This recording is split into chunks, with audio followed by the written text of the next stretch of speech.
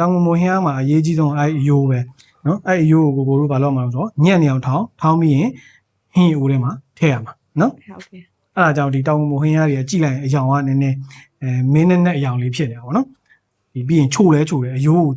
ညံ့အောင်ထောင်းပြီးတော့ထည့်ထားတာဖြစ်တယ်ပေါ့နော်ကိုတောင်တိုင်းရေချစ်သောအညာသူကြီးကိုတောင်မောင်းကလေးချက်ကြွေးပါလား โอเคချက်ကျွေးမယ်โอเคဟုတ်ကဲ့ဒီနေ့ကတော့ဒါကျွန်တော်တို့ဇနီးမောင်နှံနေရပါတော့ကျွန်တော်ကတောင်သားဆိုတော့တောင်မိုဟင်းကစားခြင်းနဲ့ပြောလို့ကျွန်တော်တောင်မိုဟင်းကချက်ကျွေးမှာပေါ့နော်တောင်မိုဟင်းကကြတော့သူကကျွန်တော်တို့ဒီတနေ့နဲ့ဒီမထားပါကျွန်တော်ရန်ကုန်ဆိုလို့ချင်းရန်ကုန်မိုဟင်းကတို့နောက်ဒီတနင်္သာရီတိုင်းနောက်ဒီARတိုင်းစတဲ့အဲ့လိုမိုဟင်းကတနေ့နဲ့မတူကြဘူးပေါ့နော်အဲ့မှာဒီကျွန်တော်တို့တောင်ငူကဒီတောင်ငူမိုဟင်းအားကြတော့သူကဒါကျွန်တော်တို့တရှေးရခင်ကလေးอ่ะပေါ့နော်ဒီရခင်ရှေးခေတ်တွေကလေးอ่ะဒါဖြစ်တည်လာတဲ့ဒါဒေတာအစားအစာလို့ပြောလို့ရတယ်ပေါ့နော်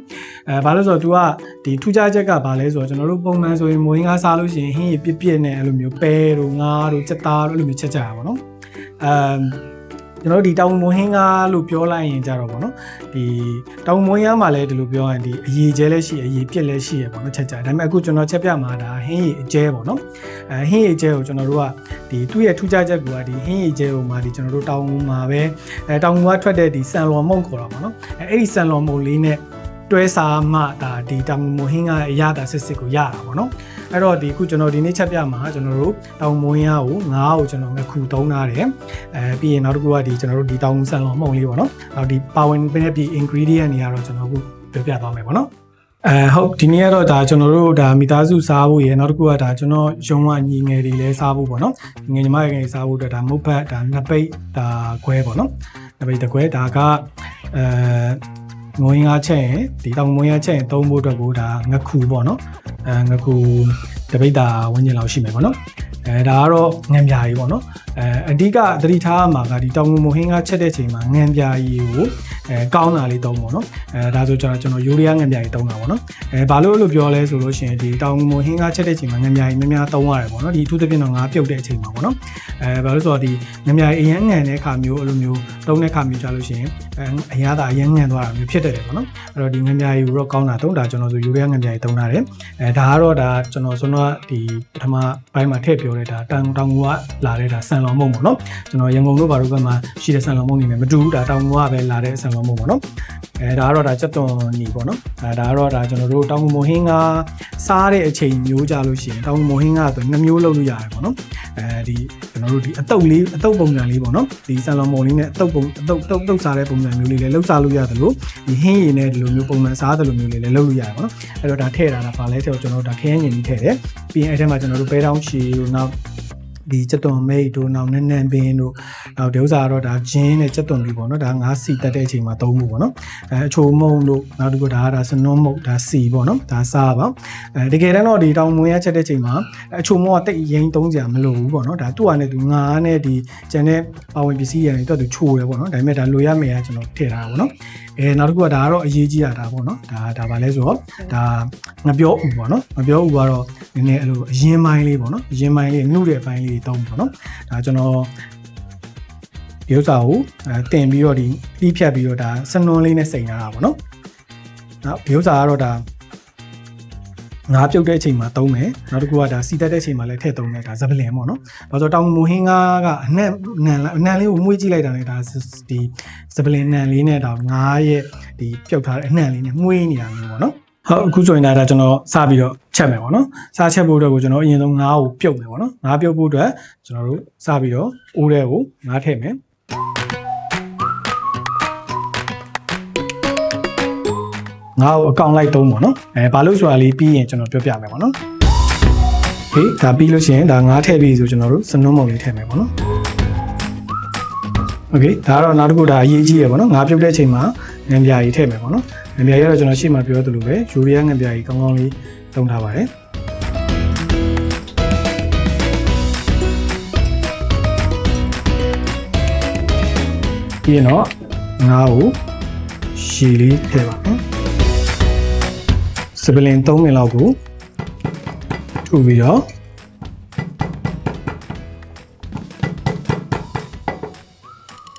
့ရှည်လိုက်မယ်ပေါ့နော်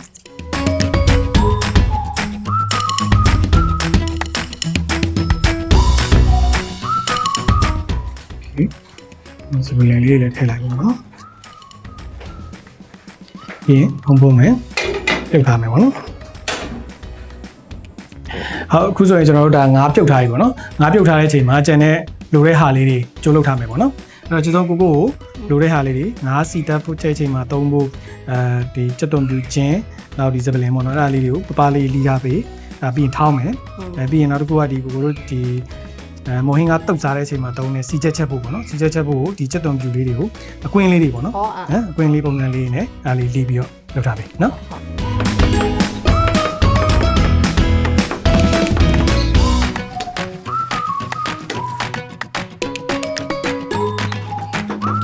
သိပြီလားဒီတောင်မွန်ရချက်တာငခုကလေဒီမြစ်တွေချောင်းတွေအဲ့လိုမျိုးကနေရတယ်တကယ်တဘာဝငခုကြီးဆိုပို့ပြီးတော့ချို့ပဲတဲ့စားလို့ပိုကောင်းတယ်ဒါပေမဲ့လေဒီဟာဈေးထဲမှာမွေးမြူငါကြီးပဲရှိရလေကိုရဲ့ဝယ်လို့မှမရတာအဲ့လိုဟာမျိုးတွေအဲ့လိုငါအေးပါရတဲ့ဟာပဲဝယ်ခဲ့လိုက်တာကဲဆိုရင်ငါလည်းပွက်လာပြီပေါ့နော်ဝယ်ဒီပဲလေနည်းလန်လိုက်မယ်ငါပြုတ်တာရောရှယ်တယ်နော်မွေးတယ်နော်နည်းနည်းကောင်းလို့အဲ့ကြောင့်မို့လဲတောင်မွေးကနာမည်ကြီးနေရတယ်တွေ့ဒါပေါ့ကျုပ်တို့တောင်မွေးကဘယ်နဲ့မှမတူ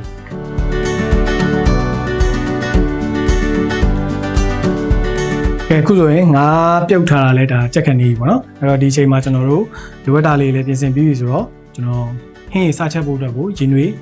တည်ထားလိုက်မယ်ပေါ့နော်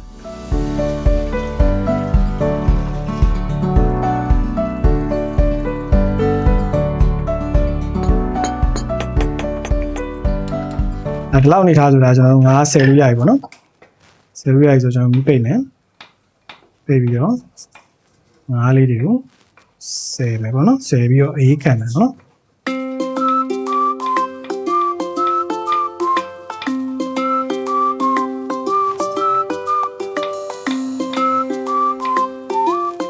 ဒီဆုံးရင်ငါပြုတ်ထားတော့ရပြီခဏအေးခံလိုက်နော်အေးခံပြီးရင်ကိုဒီအသားနဲ့အယိုးနဲ့တေချာနင်တွင်ပေးပါနော်ပြီးရင်အယိုးတွေကိုလွတ်မပစ်ဘူးနော်အရေးကြီးဆုံးပဲတောင်မိုဟင်းအားမှာအရေးကြီးဆုံးအယိုးပဲနော်အယိုးကိုတို့ဘာလို့မှာလို့ဆိုညံ့နေအောင်ထောင်းပြီးရင်ဟင်းအိုးထဲမှာထည့်ရမှာနော်အဲ့ဒါကြောင့်ဒီတောင်မိုဟင်းအားတွေကြည့်လိုက်အယောင်ကနည်းနည်းမင်းနဲ့အယောင်လေးဖြစ်နေပါတော့ဒီပြီးရင်ချို့အယိုးကိုညံ့အောင်ထောင်းပြီးတော့ထည့်ထားတာဖြစ်တယ်ပေါ့နော်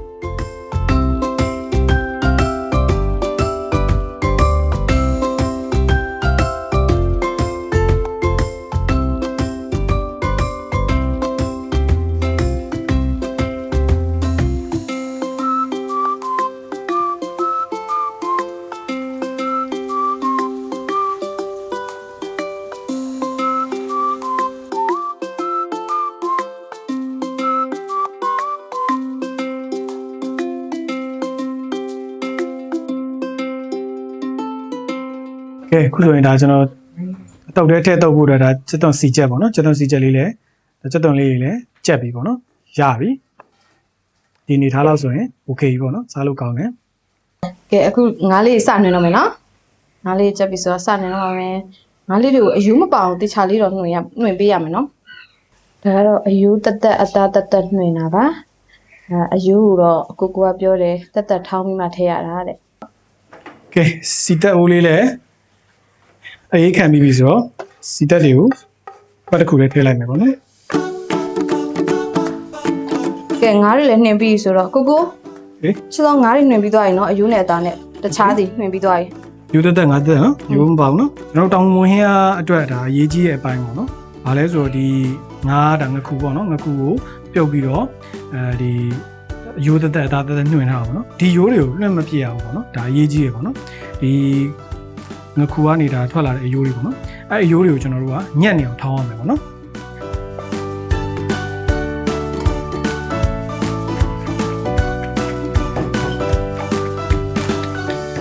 ကဲအခုဆိုတာကျွန်တော်ငါးလေးလည်းဒါညက်တလောက်ဖြစ်သွားပြီပေါ့နော်ညက်ပြတာရီနွေးလေးရောပြီးတော့ရောမွေထားတာပေါ့နော်ကဲအခုဆိုရင်တော့ဒါကျွန်တော်တို့ဒါငါးစီတက်တော့မှာပေါ့နော်ငါးစီတက်မှာပါစီထည့်ပါမယ်စီကဟင်းအတောက်မှာဖြစ်တဲ့အတွက်အရင်အများကြီးတော့မထည့်နဲ့ပေါ့နော်ဒါကတော့ဇပလင်ရဲ့ဂျင်းရဲ့စက်သွန်ပြူရဲ့ရောထောင်းထားတာပေါ့နော်အဲ့ဒါလေးကိုစီတက်ပါမယ်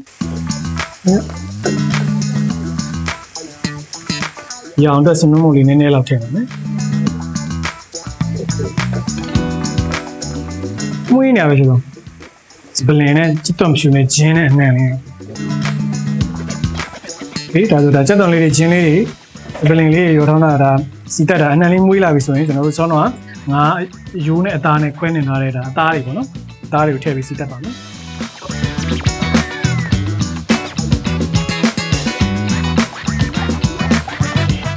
ရတာအတွက်အများကြီးလေးနည်းထည့်ပါမယ်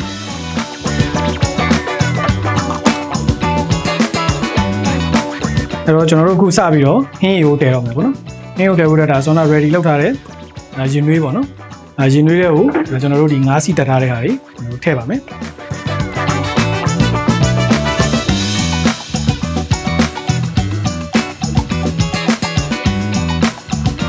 ကဲဒါအခုဆိုဒါဟင်းရိုးလေးလဲဒါဆူလာပြီပေါ့နော်အဲဆူလာတဲ့အချိန်မှာကျွန်တော်တို့အစောတော့ဒါငါးရိုးတွေပေါ့နော်ငါးရိုးတွေကိုထောင်းပြီးတော့ဒါ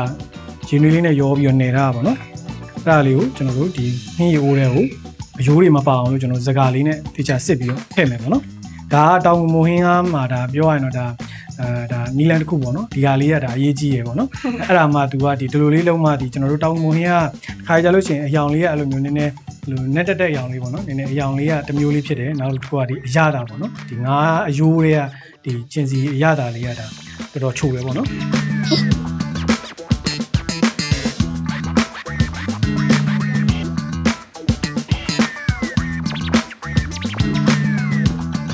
အခုဆိုတာဟင်းရည်လဲဒါပွက်လာပြီဆိုတော့ကျွန်တော်တို့နည်းနည်းကြက်သွားအောင်လို့အချက်နည်းနည်းကြားလိုက်ဒီငပြုံးလေးထည့်မယ်ပေါ့နော်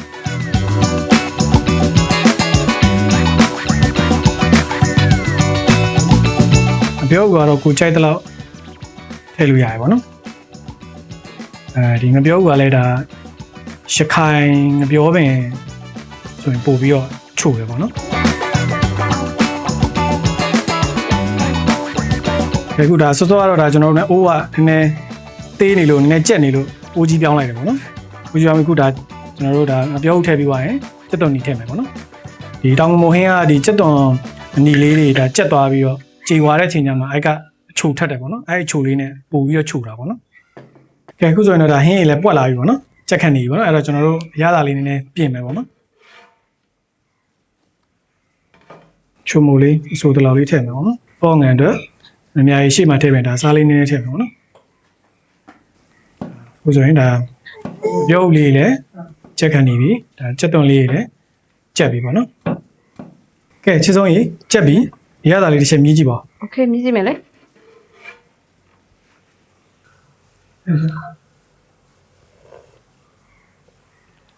ပေါ့ငံပတ်တိပေါ့ငံကောင်းတယ်ချိုးလေးပဲမိုက်တယ်တကယ်ရှယ်ပဲတကယ်မိုက်တယ်တကယ်မိုက်တယ်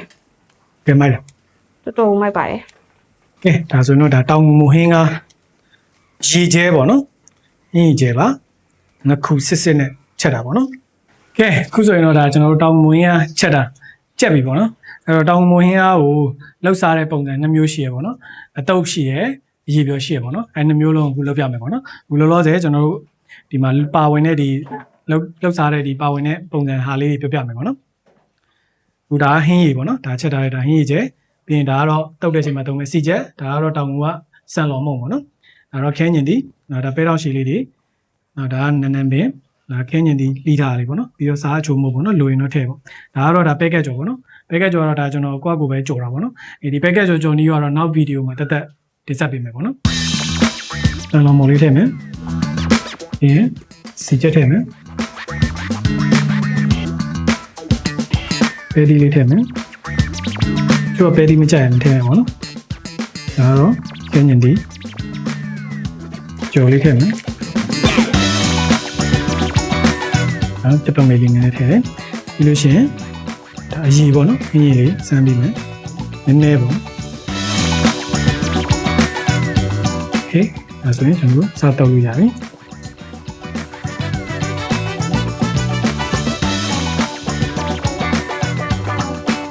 ရွှဲပြစ်ပြစ်လေးပေါ့နော်လိုရလို့ရှင်ဟင်းရည်လေးထည့်တယ်ပဲ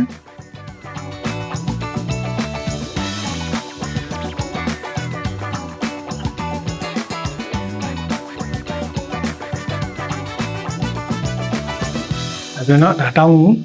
မွေးကအတုပ်ရပါပြီအကြီးပြောလေးလုပ်ပြပါမယ်ဒီပြောတော့ဒီမှာပြေးရှိပြီလားအဲ့ဒါကိုကျွန်တော်တို့မိုးပတ်လေးထည့်မယ်ဆန်လောင်မုတ်လေးနည်းနည်းထည့်မယ်စီချက်ကလေးနည်းနည်းထည့်မယ်နာမည်လေးနည်းနည်းထည့်မယ်ကံမလေးနည်းနည်းထည့်မယ်ညနေလေးထည့်မယ်ဒီလောင်ရှိလေးထည့်မယ်ဒီကြော်လေးထည့်မယ်ဒီဟင်းရထည့်မယ်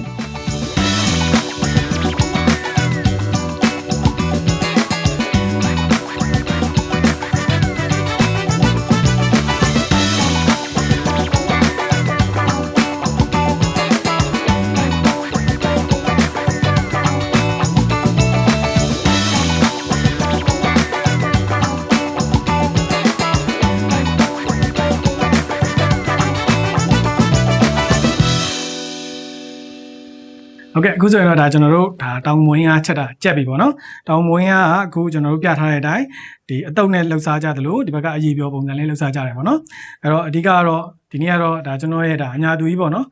တောင်သားကိုတောင်မွေးရစားခြင်းနဲ့ပြောလို့တောင်သားကိုယ်တိုင်ချက်ကျွေးတာပေါ့နော်ကျွန်တော်တို့တောင်မွေးရမှာထူးခြားချက်လေးကတော့ဒါရှေ့မှာလည်းကျွန်တော်ပြောပြခဲ့ပြီးပေါ့နော်ဒါအရေးပြောအရေးကျဲနောက်တစ်ခုအတုပ်လည်းရှိရဲနောက်တစ်ခုကဒီအဓိကတော့သူဆန်လောင်မှုန်လေးနဲ့ပေါ့နော်စားတဲ့ဒါကျွန်တော်တို့ရဲ့ဒါ data